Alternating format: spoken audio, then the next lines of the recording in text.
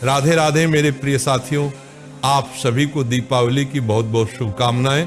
आप सभी लोग जानते हैं दिवाली रोशनी, खुशहाली और माँ लक्ष्मी के आगमन का पवन पर्व होता है। इस दिन अगर सही विधि विधान से माँ लक्ष्मी और भगवान गणेश का पूजन किया जाए तो साल भर घर में सुख समृद्धि और धन की वर्षा बनी रहती। मेरे प्रिय साथियों, आज की इस वीडियो में हम आप सभी को दिवाली पूजन की बहुत ही सरल और संपूर्ण विधि बताएंगे। तो देखिए, हमारे हिंदू धर्म में दीपावली का त्योहार सबसे बड़ा त्योहार माना जाता है और दीपावली के दिन लक्ष्मी जी का पूजन भी किया जाता है। कि हमें लक्ष्मी जी का पूजन कैसे करना चाहिए, कौन सा मंत्र बोलना चाहिए और पूजा विधि के तुरंत बाद कौन सा उपाय करना चाहिए ताकि माँ लक्ष्मी का निवास स्थायी रूप से हमारे घर में बना रहे। तो देखिए महाराज, दीपावली के दिन शाम के समय में हमें इस पूजन को करना होता है। शाम के समय नहा धोकर स्वच्छ वस्त्र धारण करके सबसे पहले आप एक चौकी लगाने।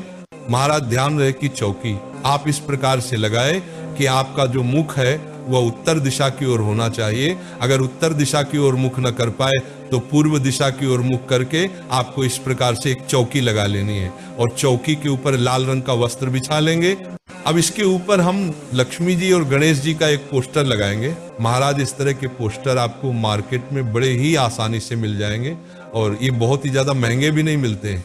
10 से 20 रुपए में बड़े ही आसानी से आपको मार्केट में कहीं भी मिल जाएंगे। और अब चौकी के ऊपर हम गणेश जी और लक्ष्मी जी की जो नई प्रतिमा या मूर्ति लेकर आए हैं उन्हें स्थापित करेंगे और विराजमान कर देंगे।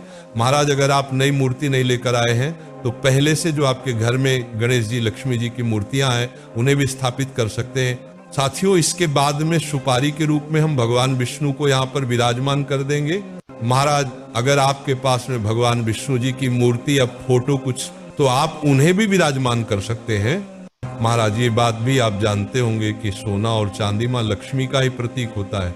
तो सोने चांदी की जो भी चीज अपने धनतेरस के दिन खरीदी है उन्हें आप पूजा स्थान पर रख दे और नया कुछ नहीं लिया है तो जो चीज आपके पास पहले से हो सोने चांदी की उन्हें भी आप रख सकते हैं। मेरे प्रिय साथियों, इसी के साथ हम कुछ पैसे भी रख देंगे क्योंकि जो धन पैसा होता है इसे भी माँ लक्ष्मी का ही स्वरूप माना जाता है। और साथ ही में धनतेरस के दिन अगर आपने कोई बर्तन वगैरह खरीदा है तो उसे भी हम यहीं पर रख देंगे।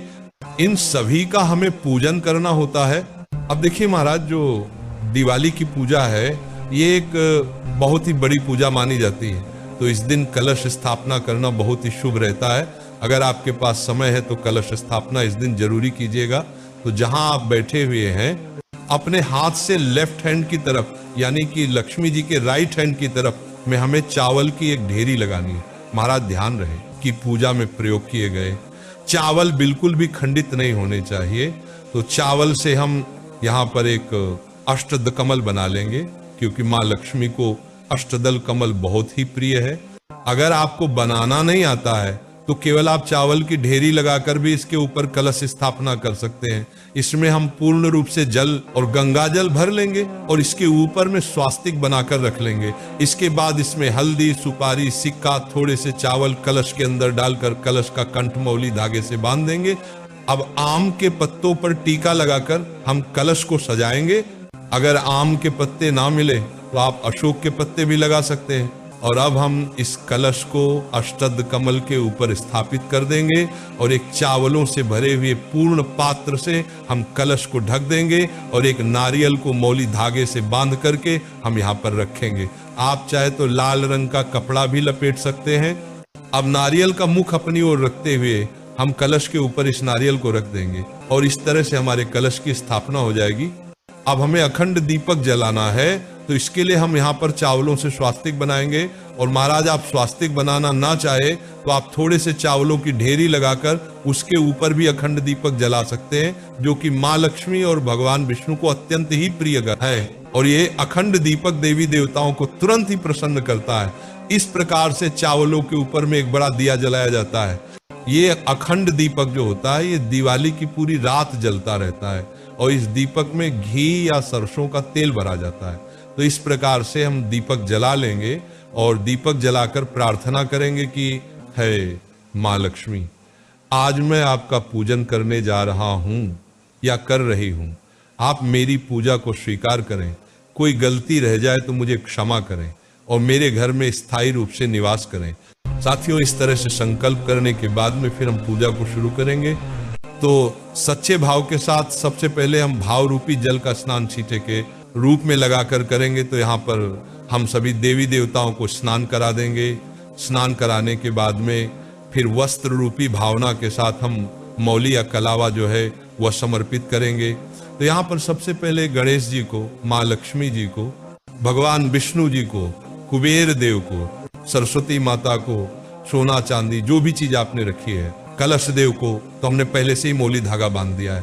तो इस प्रकार से वस्त्र की भावना से हम सभी को मौली समर्पित कर देंगे। और अब हम सभी को तिलक करेंगे। भगवान श्री गणेश जी को, माँ लक्ष्मी को, सरस्वती माता को, कलश देव को, अखंड दीपक को, सभी को हम तिलक करेंगे।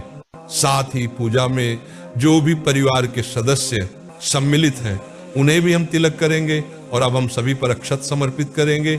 इसके बाद हम गणेश जी को जनेऊ समर्पित करेंगे, हल्दी की एक गांठ समर्पित करेंगे, भगवान विष्णु को भी जनेऊ समर्पित कर देंगे। जनेऊ नहीं है तो आप मौली भी समर्पित कर सकते हैं। इसके बाद हम सभी को पुष्प समर्पित करेंगे। भगवान श्री गणेश जी पीले रंग का पुष्प समर्पित करेंगे। माँ लक्ष्मी को इस दिन अगर हो सके तो आप कमल का पुष्प जो फूल है वह जरूर ही चढ़ाए, या गुड़हल का पुष्प समर्पित कर सकते हैं। माँ लक्ष्मी को लाल रंग अत्यंत ही प्रिय है और इसी के साथ में विष्णु जी को भी हम पीले रंग का पुष्प समर्पित करेंगे।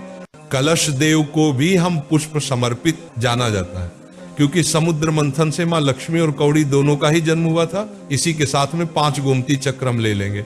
महाराज, गोमती चक्र में चक्रनुमा आकृति दिखाई देती है, इसे ही गोमती चक्र कहा जाता है। इन्हें ले लेंगे। इसी के साथ में 5 कमल गट्टे रखें। मार्केट में बहुत आसानी से मिल जाते हैं। लक्ष्मी चक्र भी मिलता है, उससे भी आप ले सकते हैं। इसी के साथ सुपारी भी समर्पित कर दीजिएगा। और अब इसके बाद में हम सब सप्तधान समर्पित करेंगे, यानी कि 7 प्रकार के अनाज इस दिन समर्पित किए जाते हैं। साबुत अनाज के लिए हम समर्पित करेंगे। तो यहाँ पर आप गेहूं, बाजरा, जौ, चावल, चना, मूंग, धनिया इत्यादि 7 प्रकार की चीज समर्पित करेंगे। सप्तधान समर्पित करना बहुत ही शुभ माना जाता है, तो दीपावली को आप सप्तधान जरूर ही समर्पित कर दीजिएगा। और इन सप्तधान में धनिया हमने रख दिया है, तो इसलिए आपको अलग से धनिया समर्पित करने की आवश्यकता नहीं है। तो इस प्रकार से हम सप्तधान समर्पित कर देंगे मेरे प्रिय साथियों। इसके बाद में हम भोग के स्वरूप में कोई भी मिठाई समर्पित करेंगे। आप चाहे तो घर की मिठाई ले सकते हैं, या आप चाहे तो मार्केट से बनी हुई मिठाई भी ले सकते हैं। और इस दिन फल जरूर ही समर्पित करने चाहिए, तो आप कोई भी फल समर्पित कर सकते हैं। और इसी के साथ कई लोग इस दिन पंचमेव का भोग भी समर्पित करते हैं। सबसे ज्यादा जरूरी है इस दिन खील बताशे का भोग, तो ये भोग आप जरूर समर्पित कीजिएगा, क्योंकि खील बताशा माँ लक्ष्मी को अत्यंत ही प्रिय है।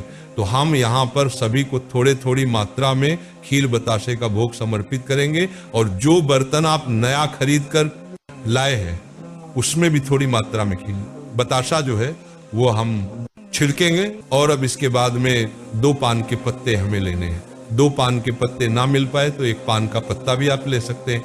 माँ लक्ष्मी को अत्यंत ही प्रिय होता है। पान के पत्ते के ऊपर जो भी चीज अपने भोग के रूप में चढ़ाई है वे सभी चीज थोड़ी थोड़ी मात्रा में आप इसके ऊपर रख दीजिएगा। और अब हम इसे माँ लक्ष्मी को भोग के रूप में समर्पित कर देंगे। और फिर हम 1 लोटा जल समर्पित करेंगे, यथासंभव दक्षिणा समर्पित कर देंगे। दक्षिणा पूजा में रही कमियों को दूर करने के लिए चढ़ाई जाती है। और इसके बाद में दिवाली की कथा अगर आपके यहाँ पर सुनी जाती है तो इस प्रकार से आप कथा को सुन सकते हैं। अगर आपने व्रत किया है तो भी आप कथा सुन सकते हैं, व्रत नहीं किया है तब भी कथा को सुन सकते हैं। अगर आप दीपावली की कथा सुनना चाहते हैं तो हाथ में थोड़े से खील बताशे से लेकर हम दिवाली की कथा सुन लेंगे। और अगर आप कथा नहीं सुनते हैं तो इस पार्ट को स्किप कर दीजिएगा। यहाँ पर हम दिवाली की कथा सुनकर जो खील बतासे हैं वह लक्ष्मी माता जी के चरणों में समर्पित कर देंगे। इस तरह से हमें कथा सुन लेनी है। और इसके बाद हम बहुत सारे दिए जलाते हैं। तो देखिए, दीपावली के दिन मिट्टी के दिए जलाए जाते हैं, तेल, घी, सरसों के तेल से ये दिए जलाए जाते हैं। तो इस दिन आप चौकी के पास में ही इन सभी दियों को रखकर जला लें। और लक्ष्मी माता का जब भी आप पूजन करें तो धूप बत्ती जरूर ही चलाएं। लक्ष्मी माता को सुगंध अत्यंत ही प्रिय है तो धूप हम जरूर ही दिखाएंगे, फिर हम आरती करेंगे। तो देखिए हमारे यहाँ पर लक्ष्मी माता की, भगवान श्री गणेश जी की बड़ी ही धूमधाम के साथ आरती की जाती है। तो अखंड जो दीपक है उसे हमें नहीं उठाना है। इसके अलावा कोई एक छोटा दीपक आप जलाएं, उसे अच्छे से सजा लें और इसके बाद सबसे पहले भगवान श्री गणेश जी की और उसके बाद माँ लक्ष्मी की आरती हम करेंगे। बड़ी ही प्रेम भाव के साथ आप इस आरती को पूर्ण कीजिएगा और इसके बाद हाथ जोड़कर पूजा में रही कमियों के लिए माता रानी से क्षमा याचना करेंगे और अपने घर में लक्ष्मी जी को निवास करने के लिए प्रार्थना करेंगे, उनके आगमन के लिए स्वागत करेंगे। आप चाहे तो माँ लक्ष्मी के बीज मंत्र का 108 बार जप भी कर सकते हैं। मंत्र है ओम हरीम श्रीम लक्ष्मी नमः। इस मंत्र का 108 बार जाप करें या आप चाहे तो 5, 11 या 21 बार भी जप कर सकते हैं। और इसके बाद में खील यानी कि जिसे धान कहा जाता है, इसे हम माँ लक्ष्मी के ऊपर वर्षा करते हुए दोनों हाथों से समर्पित करेंगे। महाराज परिवार के सभी सदस्य धान की वर्षा जरूर करें और इस प्रकार से धन वर्षा के बाद में हमारी जो पूजा है वह संपूर्ण मानी जाती है। तो हमारी पूजा पूर्ण हो गई है और अब इसके बाद में हम लक्ष्मी पोटली बनाएंगे। तो देखिए साथियों, जब भी आपको समय मिल जाए, आप चाहे तो पूजा के तुरंत बाद भी बना सकते हैं या आधा घंटा 1-1.5 घंटा, जब भी आप फ्री हो जाए, रिलैक्स हो जाए, उसके बाद में आप इस लक्ष्मी पोटली को जरूरी बनाइएगा। इसे बनाने के लिए सबसे पहले आप चाहे तो कोई एक लाल रंग का कपड़ा ले लीजिए या फिर आप कोई पोटली ले लीजिए। तो हम लाल रंग का कपड़ा लेंगे और इसके ऊपर हमने जो भी माता लक्ष्मी जी को समर्पित किया है वह आपको इसके ऊपर रखना है। जैसे कि 5 गोमती चक्र, 5 कौड़िया, 5 कमल गट्टे, आप चाहे तो 2-2 की संख्या में भी ले सकते हैं। सुपारी रख लीजिएगा और हल्दी की गांठ भी यहाँ पर रखना है और इस तरीके से। और यहाँ पर हमने जो चांदी का सिक्का लिया था वह भी रख लें। आप चाहे तो चांदी का सिक्का अगर आपने नहीं लिया है तो इसके जगह पर आप 1 रुपए का सिक्का भी रख सकते हैं। और अब लक्ष्मी प्राप्ति का बीज मंत्र बोलते हुए हम इसकी गांठ बांधेंगे। ओम हरीम श्रीम लक्ष्मी नमः।